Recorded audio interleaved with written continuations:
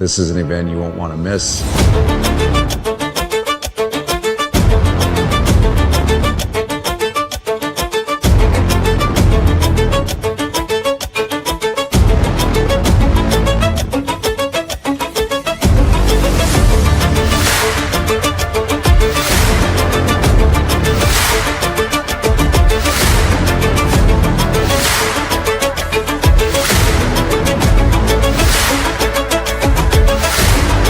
I think the number one thing that I take away from this is the challenge. You're always challenged on multiple levels, mentally, physically, spiritually. We've been challenged every day since we've been here.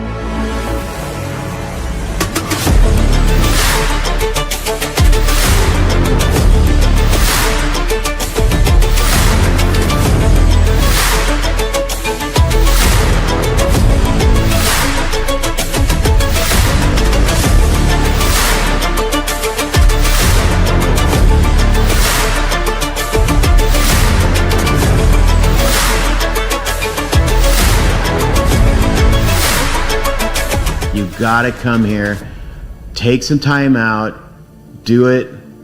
It's a great experience. You'll never forget it.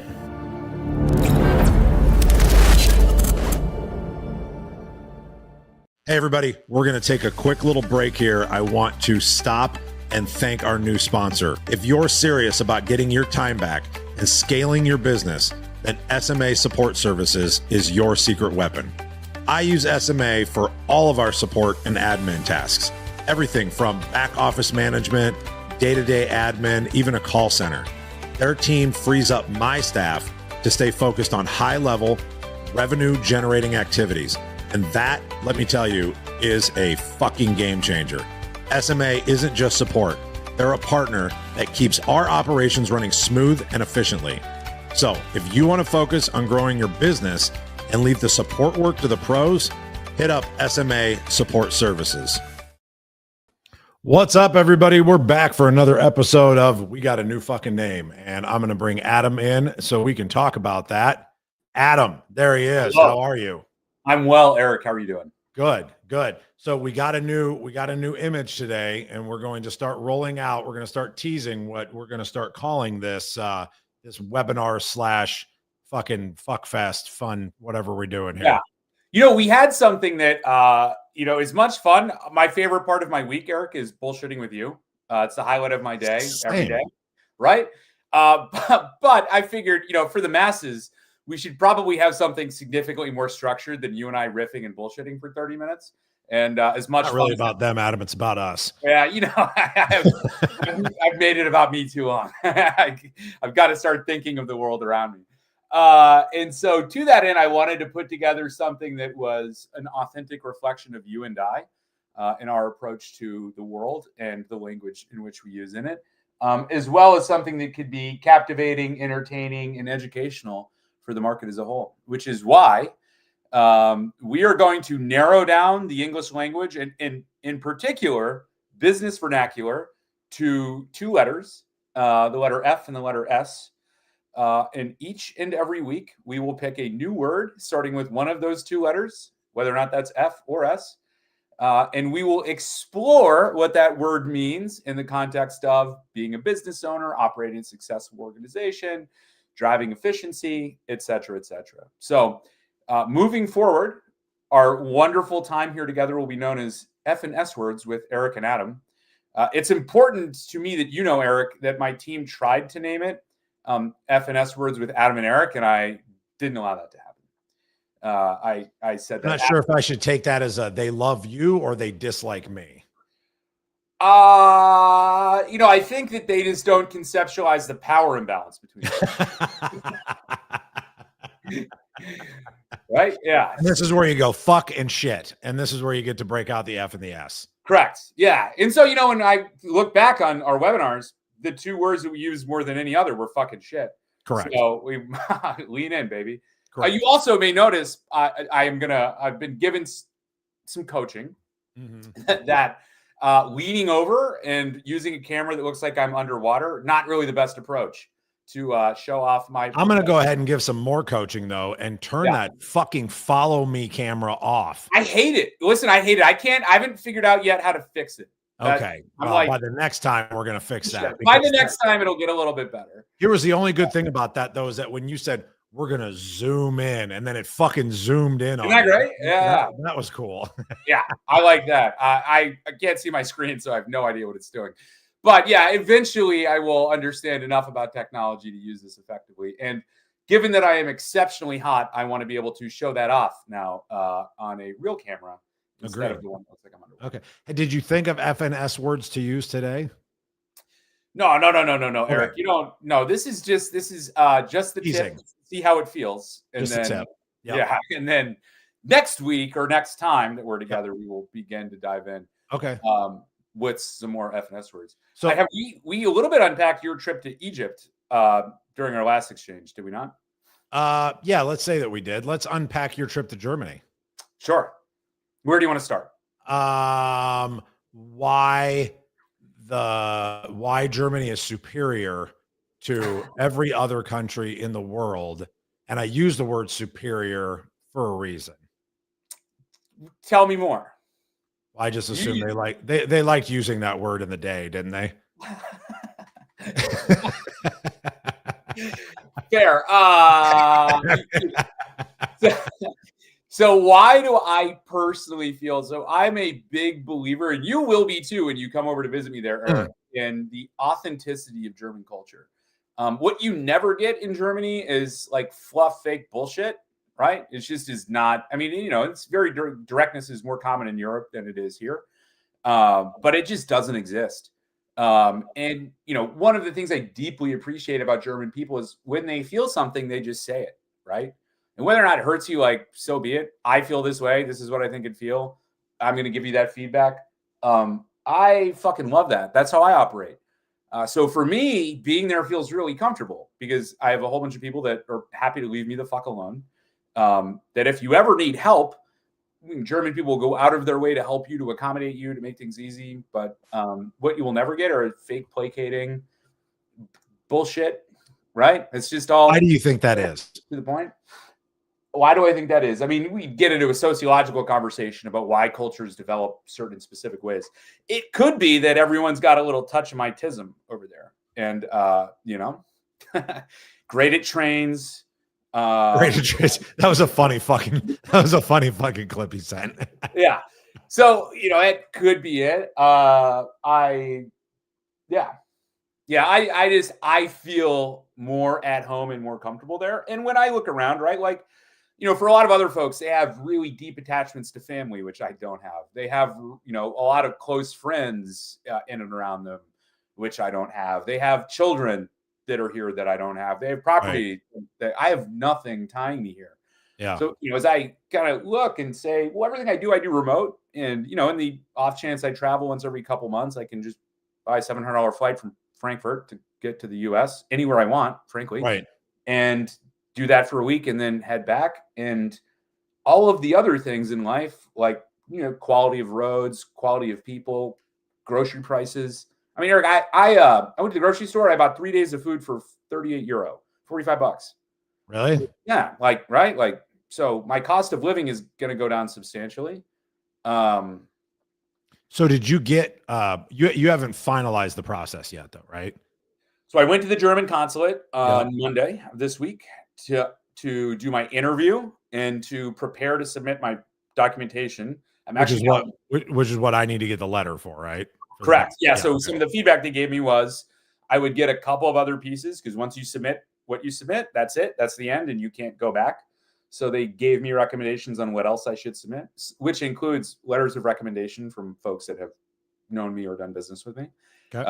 So thank you, Eric, for all of the wonderful lies you'll tell about me too. 100%. I can lie with the rest of them. And then that will get submitted. I've got my 90-day visa already. So you do?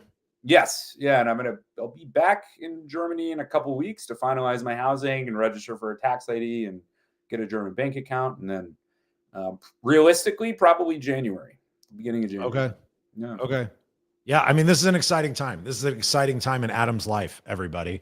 And that's why I wanted to make sure we talked about it. And it gives me a reason to go to Germany now. So you have a town with your name on it. I do. Like, we have to go visit Obremt, Germany. Yeah. And the great part about Germany, 83 million people, the size of Montana. So not like if you want to hop in the car and drive down to Obremt, Germany one day, it's not, you're not going. It is crazy how small. Yeah. It is crazy how small. Now, that being said, if we dip into the world of what we do here in talking about, what both of us do and how we help people and how we help people in the VA space, this is something where, we've moved into a world of, to your point, being able to kind of live wherever the fuck you want to live. You know what I mean? And do the things that you want to do, as long as you don't have something anchoring you, to a place. And it kind of lends to this whole conversation about being able to have people strategically placed wherever you need them to be able to do the things you need to do. Right. Yeah, that's exactly right. And, over the course of the last 2 years, the things that I've been working on internally here have been, building an incredible team here that will stay in the United States, based in the United States, that can carry a major part of that load. I'm lucky to have the best people in the world that work with me. That's made this possible. I'm lucky to have a remote team that makes my life and my job 10 billion times easier than it would be without them. And that makes this all possible. In a lot of ways, like having the mental clarity for one of the first times in my life to be able to understand and process, to get more in touch with myself, to understand and process what I might need in order to be as happy and fulfilled as possible. And then to look around and realize that I have the resources surrounding me in order to do that. Right. And that looks very different for different people. What it looks like for me is not what it looks like for 99.5% of the fucking world. But, the foundational aspects of that are true for everybody. When you're liberated to some degree from stress, when you have support laterally, horizontally, and vertically, professionally, you can evaluate your standard of living, your care of life, and your place in the world. And you can better equip yourself to be in a place that feels more true, fulfilling, and authentic to you than other places you've been. It's interesting. You have a gay coffee order. I'm going to call that out. Sure. My gay thing is I go to therapy every week and discussing. I'm not sure either of those things are actually gay, but go on. Sugar free vanilla latte is definitely go on. Okay. All right. Is it the fact that it's a latte or that it's sugar free? Yeah, it's a little. If we're going to be honest, it's a little of both. A little of both. My coffee order in the morning, Eric, is a venti, unsweetened iced coffee with 2 shots of espresso, no milk, no cream, no nothing, just raw dog of that shit. Here's the difference, though. I refuse to say venti. No, Do you say it? I refuse to speak to anybody, which is why I use the fucking app to order ahead. That's good point. Okay, yeah. I make it a point to say large. Right. Yeah. I worked. I'll tell you what. I worked at a Starbucks. I worked at both Starbucks and white trash Starbucks, aka Dunkin' Donuts, at different points in my childhood. And at Starbucks, I loved my coworkers. My coworkers were awesome. I fucking hated the customers. I hated the fucking customers so much. Oh, with every fiber of my soul. And at Dunkin' Donuts, I loved my customers. I fucking hated everybody I worked with, including a guy who one night closed the store, locked the front door, and then went and hid in the walk-in cooler for 2.5 hours, sucking all the air out of the whipped cream cans. He's in the back doing whippets? Yeah, in the back doing whippets while I'm managing the drive-thru for 3 hours. Have you ever done whippets before? I have. I mean, yeah. I don't get the appeal, No, but I remember when I was in college and we fucking did whippets, and everybody was like, and they were like, try to describe it. And the only thing that I could come up with was, I can hear the lights. Yeah, I'll never forget. Like, I didn't know where he went, and I didn't realize that the door was closed and locked until some guy got out of his car, tried to get in. And I thought, that's weird. I'm gonna go let him in. I wasn't paying attention to that. And so then I realized, I've been out here for 2 hours alone. I wonder where he is, and I'm looking around. I look in the back parking lot. His car's still there. I'm walking back in around the store. I open the walk-in cooler. I'll never forget this. He's sitting on the ground of the cooler. He's probably 20 to 25 cans of whipped cream just around him. And he just looks up at me and he just goes, "Oh, what's up, man?" What the fuck are you doing? I swore that story was going to end with his dick in his hand. Yeah. I thought for sure You want to? I got a Starbucks story about Dick in the Hand. Okay, go This on. one's great. This is my favorite story for my career ever. So I worked at a Starbucks in a Barnes and Noble. So when those existed, and I worked in the cafe. I thought Barnes and Noble had their own coffee shop. They did, and then Starbucks. Oh, they did. Okay, yes. all right. Okay, Yeah, so that's how it initially started, and then they all became Starbucks. It was got it. So I was working in the cafe. I was like 17 years old and in high school. And this woman, approaches the counter, and we're like right next to the magazine area. Approaches the counter, and she's like, excuse me. I go over. I think she's ready to order a drink. And I say, yeah, like, how can I help you? What can I get for you? And she goes, there's a man in the magazine aisle abusing himself. And, abusing himself. And I like give a little glance over, and there's a guy who's just sitting there jacking off. And I'm a 17-year-old high school kid. The odds of me doing anything about this are fucking 0%. No way. And I was like, I'm sorry. So I called the store manager. I'll never forget this. At the time, I was pissed, and then age and perspective gave me wisdom. I called the store manager and was like, "There's a guy jacking off in the magazines. I'm not dealing with it. You should know." And his move was to also not deal with it, but to call the police. And for a long time, I was like, "Why wouldn't he like go over there and say anything?" And then as I got older, I realized like, yeah, he was like a 23-year-old kid making like 30 grand a year. Like, I also never would have gone to the guy jacking off in the bookstore for like, no, that shit fucking pay. No chance. Yeah, I'm also calling the cops. Oh my God, that's hilarious. Did the cops come and get him? They did. They actually got him. There was Barnes and Noble I was at, there was like a Bed Bath and Beyond that was like a little bit up the hill, and they found him in his car there, finishing himself. Oh, they did? Yeah. Jesus, how long does it take, fella? I don't know. For me, not terribly long. I mean, no, not long enough that I'm in an aisle and then I got to go back to my car at Bed Bath and Beyond. Like, holy shit. And not one to kink shame. I would also say never one time in my life have I been standing in a store and thought, you know what I really need to do right now is jack off. I don't think I've had that. I don't think I've had that moment either. Yeah. Yeah. So and I feel pretty good about it. I feel good about it too. I feel like that's, not every desire is a desire worth having. No. Yeah. Right. Just because I think about running the person off the fucking road doesn't mean that I run the person off the fucking road. For sure. Right. It would be great to have no impulse control at all, though, right? I mean, I'd be in fucking prison if that was the case. In any event. Yeah. Did we talk about my Egypt trip?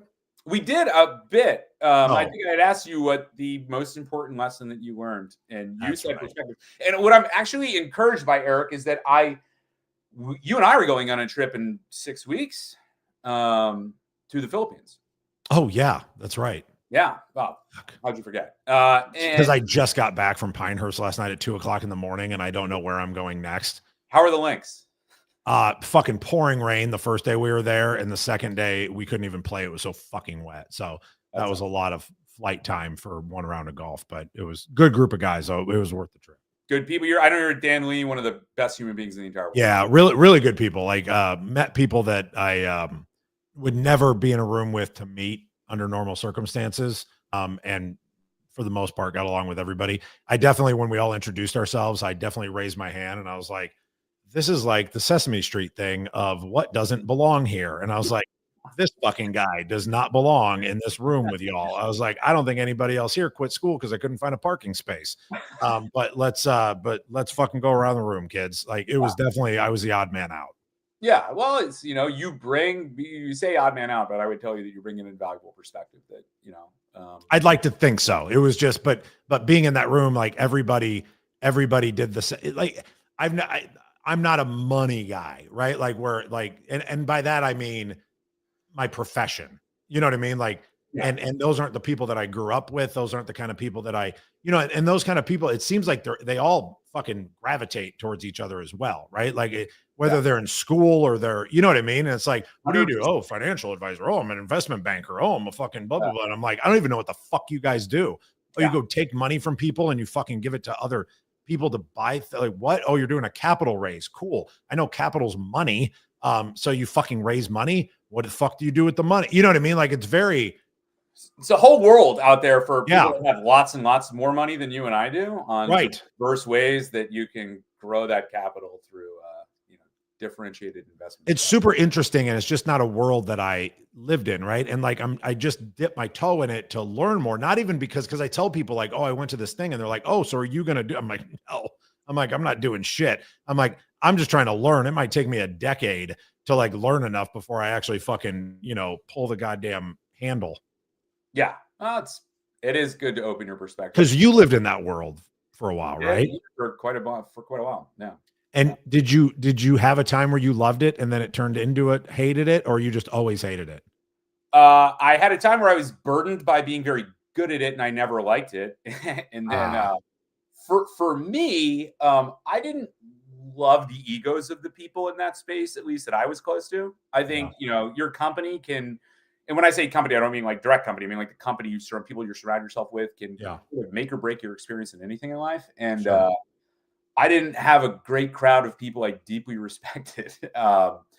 So it made it even easier for me to fall out of love with something that, I never really. Which is why you're here and doing the thing that you do now, right? Because you get to surround yourself with people that you respect and believe in. Yeah, right?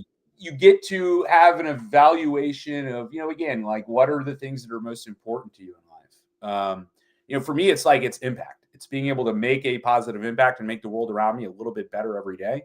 To have a specific mission around like why I do what I do, right? Which is like, professionally to create as much economic opportunity for the families and the communities that we serve in the Philippines as possible, right? Not to create as much economic return for myself as I can in the near term. The other side of that mission is like to significantly improve the quality of lives and efficiency of operations of the contractors that we support. And when you're mission driven, it makes the rest of your life really easy. And if those missions align with your personal values and your personal value systems, it inspires you to run through walls to accomplish those missions. So. When that is a purpose of yours, does it, and I ask this question because I think of it from almost like a coaching perspective. Like if I'm trying to help somebody or if I'm, and you do this as well, right? When you're working with a business and you're trying to integrate certain things, how do you get through the wall of, exactly what the fuck that person needs to do to turn a fucking corner, and they hear you, but they don't fucking listen to you and or execute? What do you do in those moments? Yeah. And so like, I would tell you for many years, I was an executive coach. And this was the most frustrating thing for me. And it's part of the reason I in terms of coaching clients, I take really none anymore, few, if any. Because I personally, I grappled with that heavily. I could not, I would get so fucking frustrated to have a call, to talk through, to, a debrief, to unpack, to strategize, to create action plans, to go to the call the next week and find out that none of them were moved on and we're still sitting in the same place of frustration. Right. And so what does that look like for me now? And this isn't a healthy approach, but it's kind of like you get 2 fucking chances. And if you don't listen to me after the second, then I'm not going to waste my fucking time. It's too valuable. My time is way too fucking valuable to piss it away for somebody that isn't. I can lead you to the promised land if you pay attention and you put into practice the things that I'm trying to highlight for you. Yeah. But I'm not going to waste my fucking energy. So. Does that translate? And this was kind of the reason I asked it. Why I asked it the first time, but I asked it also to lead into this is because when you're bringing in team members into somebody's company and you kind of diagnose what their needs are, right? Some of that skill set of that coaching translates into, you should really be using this person to do these things and let's build that out. Right. Yep. That's exactly right. And we've gotten better at it. I would tell you, a big part of the reason we've gotten, and somebody say pretty good at it, is we've got a great resource on our team. So as I talk about instituting the right kind of resource, so right kind of support infrastructure around our business and around me, we've got an awesome team member, Paul Howard, our client success manager, who is a master at helping to coach contractors and kind of ensuring that they're capitalizing on their investment with us and their strategy with us as best they possibly can. Right. How often do you consult on that? I will get brought in when my input is needed. So I would say for every 10 times we have one of these things where we're trying to support one of our clients to get more out of their investment and to use their teams more appropriately. Maybe 2 or 3 of them I in the background, you know, kind of coaching the team along. And you know, 7 or 8 of those times I have nothing to do with it. And that's right. Like a year ago, 10 months ago, that looked completely different. Right. Yeah. But it's the kind of the beauty of building people up around you is that you're needed less in those areas. And that's the beauty of delegation too. Right. Yeah. Because that's one of the hardest skill. Because I think it truly is a skill to be able to learn how to delegate properly. Right. Yes. And to be okay, not only to be okay with it, but to be good at it, giving away the right things, but then also being able to track said right things to make sure that they're getting done to your standard as well. Exactly right. Yep. Yeah. And if they're not, like creating, you know, emotional safety around identifying what went wrong, where it went wrong, and making sure that it doesn't happen again. Yeah. Another big thing that I believe in there, you know, there have been a handful of times gotten things perfect. There have been a handful of times where we could have done things a little bit better and made adjustments. We've never had is resentment or anger on the other side of that, right? We've tried to unpack what went wrong, what could we have done a little bit differently, and how do we ensure that we take those right steps in the future. So, yeah. Okay. What else? What would you like to leave everybody with here today before we go into our new name and logo and picture format? And yeah, and format, everything. Yes. I got your picture digitally motherfucking retouched, Eric. Ooh, fancy. Yes, very fancy. Taken by Joe Hoffman, by the way. Picture taken by Joe Hoffman, Yes. the world's greatest photographer. That's what I said to him when he was done. Yeah. He got done and he goes, new profile pic. I loved it. You sent me, I asked you for some picture options. I was thinking about the camel one, but I thought this one felt more you. So. The camel one's really cool just because the pyramids are right in the background, yes. But then I'm too far away. And if you zoom in, then you can't see the pyramid and it doesn't have the same feel. He's exactly right. Yep. Yeah. So, yeah, you are so the individual whom I paid to retouch this photo digitally is a friend I'd met in Germany. And before she completed this, she said, hey, I just want to be sure that you're okay with your friend's stinky finger. You know, here in Germany and in Switzerland, that isn't really a way that we would introduce ourselves in a business professional setting. Stinky finger. Where'd you think I put it? Yeah. Not where you put your finger, Eric, that would give that. I've never heard that turn of phrase before. Have you? No, but now that I have, I fucking love it. I'm going to use it all the time now. That's fantastic. Yeah. Well, I'm excited to start rolling out the new format. I'm a big fan of structure. I'm just not a big fan of building it. No, I got it built. I've got it built.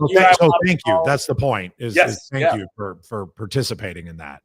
Yes. So yeah, we'll hop on a call at some point so that you'll be prepared, but it will be a lot more fun, interesting, entertaining. And I think, you know, in the long run, significantantly more valuable for our audience. As much fun as it is to watch you and I bullshit. Here's the thing. That's going to happen anyway. So for sure. Yeah. So it's fine. Yeah, it's fine. Yeah. So moving forward, it's going to be every other week at a minimum at 1 Central, I think we decided, right? Or no, noon Central. Noon Central. Noon Central every other Wednesday. Moving forward, F&S Words. Is that what it's called? F&S Words with Eric and Adam. Yeah. F&S Words with Eric and Adam. Coming at you live. You know what we'll do? We'll make an event inside of this so that it shares so we can get people to fucking do the thing that they need to do. I am the IT department here, obviously. And so like when I say we'll go in and we'll do the thing and we'll punch it and we'll schedule it, you can take that shit to the bank, Adam. That's going to happen. I am the IT department here, which is why this fucking camera doesn't work at all. So. And we will fix that by the next call as well. Yes, and by the way, you still look amazing from your fucking I want to die diet. So yeah, listen, it worked. If anyone ever needs a good recommendation on how to lose 22 pounds in 4 months. Are you eating more normally now? I'm eating more normally now, but I'm still eating. Yeah. Really mindfully. Yeah. I mean, before I was eating almost nothing. Correct. Right. So, yeah. But now you're like, you're okay. Yes. Yeah. You're not that you were starving yourself, but you were kind of not a really big calorie restriction. Right. Yeah. So now my exercise is still fucking insane. I still like every morning I walk my dog 10.5 miles. That's so far. 6 days a week. I go to the gym for 90 minutes to 2 hours. So, yeah, I mean, my exercise is through the roof, but I'm eating more normally now than I was before. Things like bread, which I get shipped over from Germany and then make here. Yeah. Fancy. Okay. Well, Adam, I am proud of you, and I think that you have done an amazing job. So thank you, Eric. There's nothing I hate more in the world than fat people. So before I got to that point, it's a good point. That's a really good point. And I know this about you. So, all right. Thanks everybody for tuning in. We'll be back in 2 weeks with F&S Words with Adam and Eric. Have a good one. Hey, everybody. We're going to take a quick little break here. I want to stop and thank our new sponsor. If you're serious about getting your time back and scaling your business, then SMA Support Services is your secret weapon. I use SMA for all of our support and admin tasks. Everything from back office management, day-to-day admin, even a call center. Their team frees up my staff to stay focused on high-level, revenue-generating activities. And that, let me tell you, is a fucking game changer. SMA isn't just support. They're a partner that keeps our operations running smooth and efficiently. So if you want to focus on growing your business and leave the support work to the pros, hit up SMA Support Services. This is an event you won't want to miss.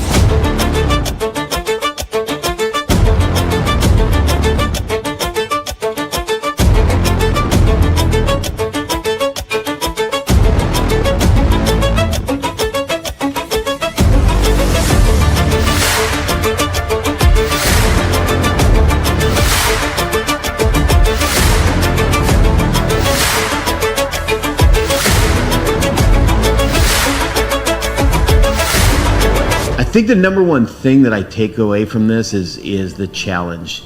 You're always challenged on multiple levels, mentally, physically, spiritually. We've been challenged every day since we've been here.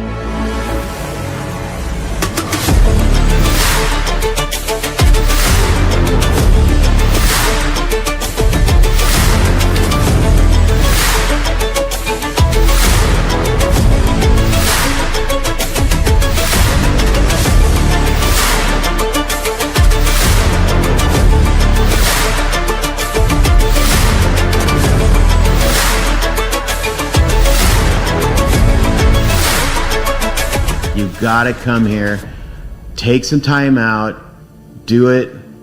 It's a great experience. You'll never forget it.